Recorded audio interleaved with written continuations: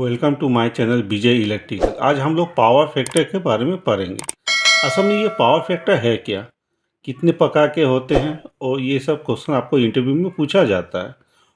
अब what is a power factor, English में इसका डेफिनेशन अगर देखोगे तो क्या बोलेगा, it is the cosine of angle between voltage and current is called power factor. Power factor कितना होता है, 0 से 1 तक होगा, मिनिमम 0 मैक्सिमम 1।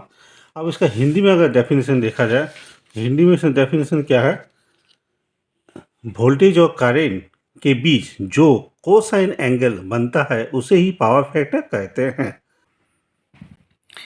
इसका अगर वेव फॉर्म देखा जाए तो हम लोग देख पा रहे हैं कि इसका वेव फॉर्म एक वोल्टेज और करंट एक ही फेज में है, अलग नहीं हो पा, परंतु कभी कभार क्या तो वोल्टेज और करंट फेज डिफरेंस हो जाए, जिसको हम लोग कोसाइन ऑफ एंगल बोलते हैं, जिसके चलते पावर फैक्टर क्रिएट होता है। ये असल में होता क्यों है, क्योंकि हम लोग जब भी मोटर लगाते हैं उसके साथ क्या लगाते हैं, VFD लगाते हैं। VFD क्या है मैं बता रहा हूँ। एक्चुअली एक ये है इलेक्ट्रिकल इक्विपमेंट जो इलेक्ट्रॉनिक्स रिलेटेड, जैसे मॉसफेट, इसमें क्या है, मॉसफेट है, डायोड है, ठीक है, जिसके चलते ये प्रॉब्लम क्रिएट हो रहा। और पावर फैक्टर हो रहा है, इसका दूसरा कारण है हार्मोनिक्स। इसमें क्या क्रिएट होता है, एक हार्मोनिक्स क्रिएट होने से क्या होगा, आपका पावर फैक्टर में डिस्टर्बनेस होगा, वोल्टेज और करंट में क्या होगा, डिस्टर्बनेस क्रिएट होगा। अब ये जो FPAD है ये क्या है,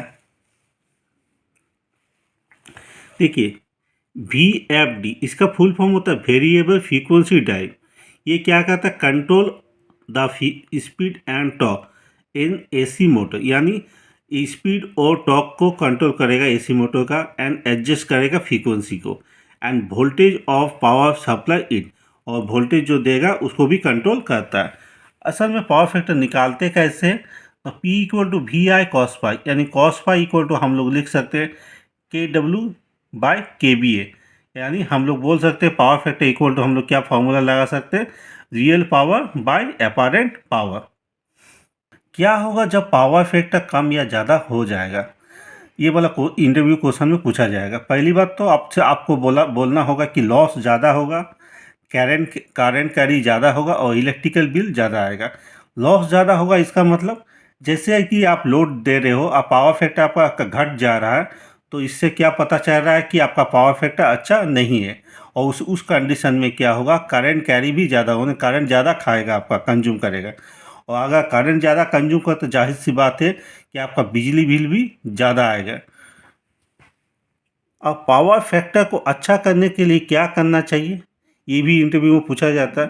तो पावर फैक्टर को अच्छा करने के लिए हम लोग क्या लगाते हैं, कैपेसिटर बैंक लगाते हैं, या तो APFC पैनल लगाना चाहिए, ताकि पावर फैक्टर अच्छा हो सके। कैपेसिटर बैंक रिएक्टिव पावर को अच्छा करके पावर फैक्टर को 1 के करीब लाता है, यानी अच्छा पावर फैक्टर कितना है, 1, जिसको हम रेजिस्टिव लोड में मिलता है, और सबसे खराब पावर फैक्टर कितना होता है, 0 होता है।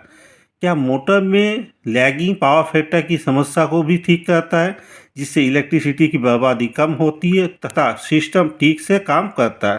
कैपेसिटर बैंक को सीरीज या पैरेलल दोनों में लगा सकते हैं, यानी बोलने ये है कि कैपेसिटर बैंक लगाना चाहिए। जब भी पावर फैक्टर ख़राब हो जाए हम लोग क्या कहते हैं, कैपेसिटर बैंक या तो APFC पैनल लगाते हैं। कैसे लगाना चाहिए ना, सीरीज या पैरेलल में, दोनों में लगाना चाहिए।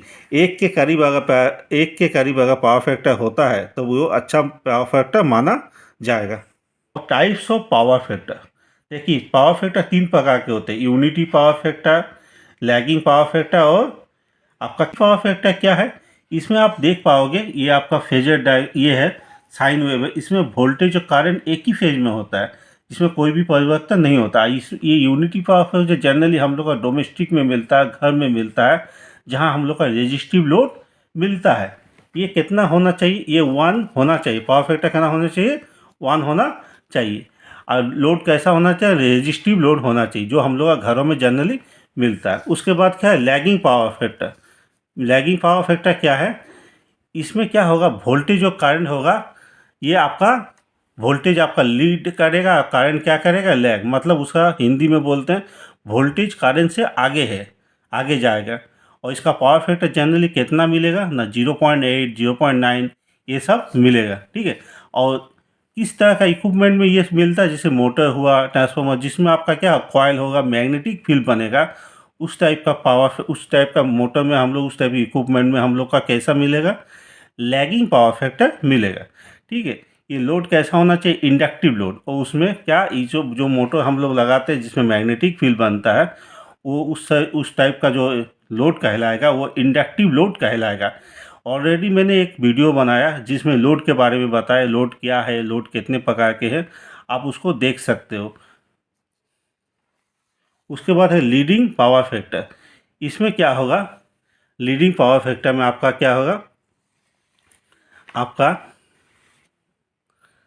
ये करंट आपका क्या करेगा, लीड करेगा, करंट क्या करेगा, आपका लीड करेगा, और वोल्टेज क्या करेगा, लैग करेगा। ठीक है, देख सकते हो इस डायग्राम में हैं। इसमें हम लोग क्या करते हैं, कैपेसिटर बैंक जहाँ पर लगा रहेगा उस टाइप का, इसमें क्या मिलेगा, उसमें कैपेसिटिव लोड मिलता है, उसमें कैपेसिटिव लोड मिलता है। उसको अच्छा करने के लिए हम लोग क्या लगाते हैं, कैपेसिटर बैंक लगाते हैं।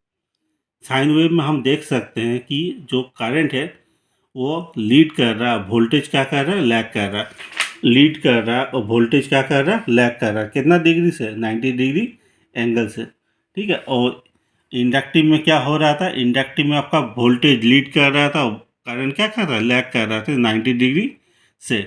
तो पावर फैक्टर कितने प्रकार के होते हैं, 3 प्रकार के, unity power factor, lagging power factor और लीडिंग पावर फैक्टर। ठीक, सबसे अच्छा पावर फैक्टर आपका यूनिटी पावर फैक्टर होता है, जिसमें क्या होगा, वो अच्छा होने से क्या होगा, आपका लॉस भी कम होगा, करंट भी कम खाएगा, और इलेक्ट्रिसिटी का बिल जो है वो भी कम आएगा।